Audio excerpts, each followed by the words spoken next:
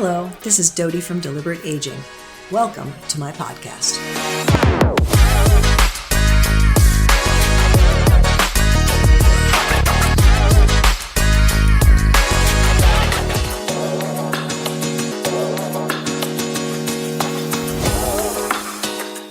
What if you went to the doctor to discuss a specific health issue, and instead of walking out with a pill or a procedure scheduled, you left with a prescription for exercise?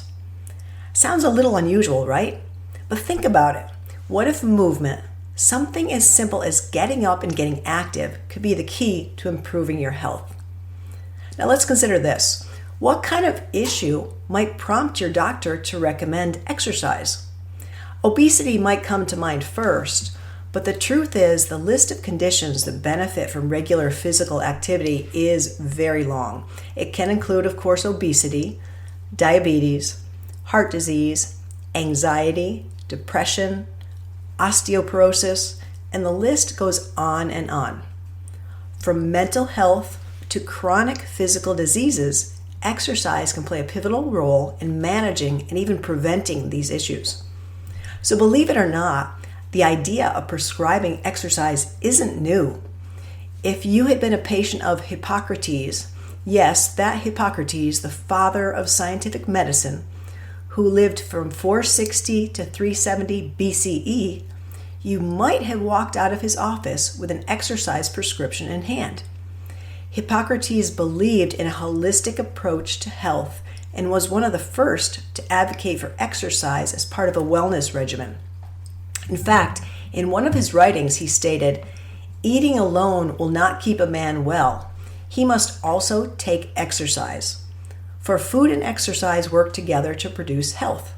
So he was pretty forward thinking, don't you think? So why does exercise matter so much? Fast forward to today, and modern science has confirmed what Hippocrates seemed to intuitively know, that exercise is one of the most powerful tools we have for maintaining and improving health. It's not just about managing your weight or looking fit. Exercise is a cornerstone of preventative care. It helps address many of the health challenges we face and can even reduce the likelihood of developing them in the first place. Inactivity, on the other hand, is a growing public health crisis. There's overwhelming evidence in the medical literature that physical inactivity is associated with a host of harmful effects. Sedentary lifestyles contribute to a range of chronic conditions and ultimately shorten our lives. That's why initiatives like Exercise is Medicine, or shortened to an acronym of EIM, are gaining traction. So what exactly is Exercise is Medicine? Well, it's an initiative that is an effort to make physical activity a standard part of medical care. This global initiative urges healthcare providers to talk to their patients about physical activity during their visits. The goal is simple: assess how active a person is currently, identify opportunities for improvement, and encourage movement as a prescription for better health. It makes perfect sense, doesn't it? We already know that being physically active reduces the risk of certain diseases and improves both the quality and longevity of life. For example, if you have a family history of heart disease, regular exercise can significantly lower your personal risk. It's like building a shield around your heart. Even more interesting is how exercise can improve outcomes in situations you might not immediately associate with physical activity. Did you know that active individuals tend to recover faster from surgery than those who are less active? That's because regular movement boosts circulation, strengthens muscles, and keeps your body more resilient overall. So let's talk numbers. The benefits of exercise aren't just theoretical, they're backed by hard data. So consider these incredible statistics. These statistics are from Michigan Medicine at the University of Michigan. Exercise can reduce mortality and the risk of recurrent breast cancer by approximately 50%. It can lower the risk of colon cancer by over 60%.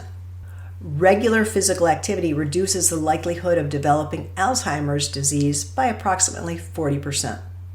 the incidence of heart disease and high blood pressure can be cut by approximately 40%. Exercise lowers the risk of stroke by 27%. And it can reduce the risk of developing type 2 diabetes by a staggering 58%.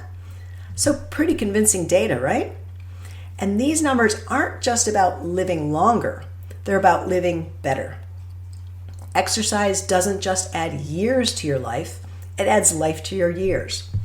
So it brings up a question: why don't doctors currently prescribe exercise more often? With all the compelling evidence, you might wonder why doctors aren't handing out prescriptions for exercise as readily as they do for medications. And the truth is, there's no simple answer. Part of it could be time constraints. Doctors have limited time with each patient, and addressing physical activity might not fit into the conversation. There could also be a lack of training or confidence in how to prescribe exercise effectively. But here's the good news. We don't have to wait for a doctor's prescription to take action. We can be proactive about our own health by incorporating regular exercise into our routines. Think of it as a gift you give yourself, a way to invest in your health today and reap the rewards for years to come. Of course, if you have a medical condition such as heart disease, you need to consult with your doctor before starting a new exercise program. But for the most of us, however, adding a 10-minute walk into our daily routines can be done safely without seeking your doctor's approval. So how do we make exercise a part of our life? Well, you don't need a gym membership or fancy equipment to get started. Exercise can be as simple as walking, dancing, gardening, playing with your kids or your grandkids. The key is to find something that you enjoy so it doesn't feel like a chore. And here's some specific tips to get you moving. Number 1, start small. Especially if you're new to exercise, don't feel like you need to run a marathon. Even 10 minutes a day can make a huge difference. Number 2, be realistic. Set realistic goals. Aim for consistency rather than intensity at first. The more regular your activity, the more it becomes a habit. Number 3, make it social. Invite a friend to join you for a walk or a workout class. Exercise is more fun when it's shared. Number 4, incorporate movement into your day. Take the stairs instead of the elevator. Park further from the store so you get more steps in, or do a quick stretch break during work. You might want to listen to an earlier podcast of mine where I talk about exercise snacks. Number 5, celebrate progress. Every step you take toward becoming more active is a victory, so recognize and reward your efforts. My final thoughts. Exercise is one of the most powerful tools we have for maintaining and improving our health, and yet it's often overlooked or undervalued. Just imagine if we treated movement with the same importance as medication. It could revolutionize how we approach healthcare. So why not take matters into your own hands? Think of exercise as your personal prescription for a healthier, happier, and longer life. Whether you start with a daily walk, a yoga class, or even just some stretches at home, every bit of movement counts. After all, as Hippocrates reminded us thousands of years ago, food and exercise work together to produce health. So why not give it a try? Your future self will thank you. Personally, I have been exercising for many years, so it's become a habit. If I miss a day, I notice that I feel differently both physically and mentally. I often say that exercise helps me to reduce stress because that is the most noticeable difference that I have found. However, I'm certain that it also has helped me to stay strong and healthy as I've aged. Finding something that you enjoy so that you make exercise a consistent activity in your life is what matters. My current exercise faves are ballroom dancing, yoga, and Pilates.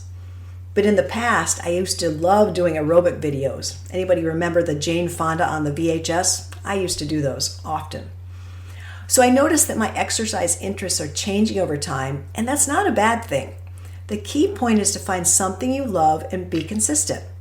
I'm evolving. Who knows? Maybe one day I'll even try golf like all my friends are doing. So I hope that I've convinced you that exercise can be used as a form of medicine. And I also hope that you'll tune in for next week's episode, where I'll be interviewing one of New Jersey's top fitness instructors, Barb Kane. My call to action for everyone this week is to sit down and think about what activities you enjoy and try to find a way to incorporate more of those into your daily life. So for example, I like to dance. So one of my key tricks is to turn music on while I'm cleaning the kitchen. And so I get a few extra little steps and twirls and pivots while I'm, cleaning the counter or doing the dishes. So how can you find ways to add exercise consistently into your daily schedule? Thanks for listening. This is Dodie from Deliberate Aging. Until next time, be well, friends.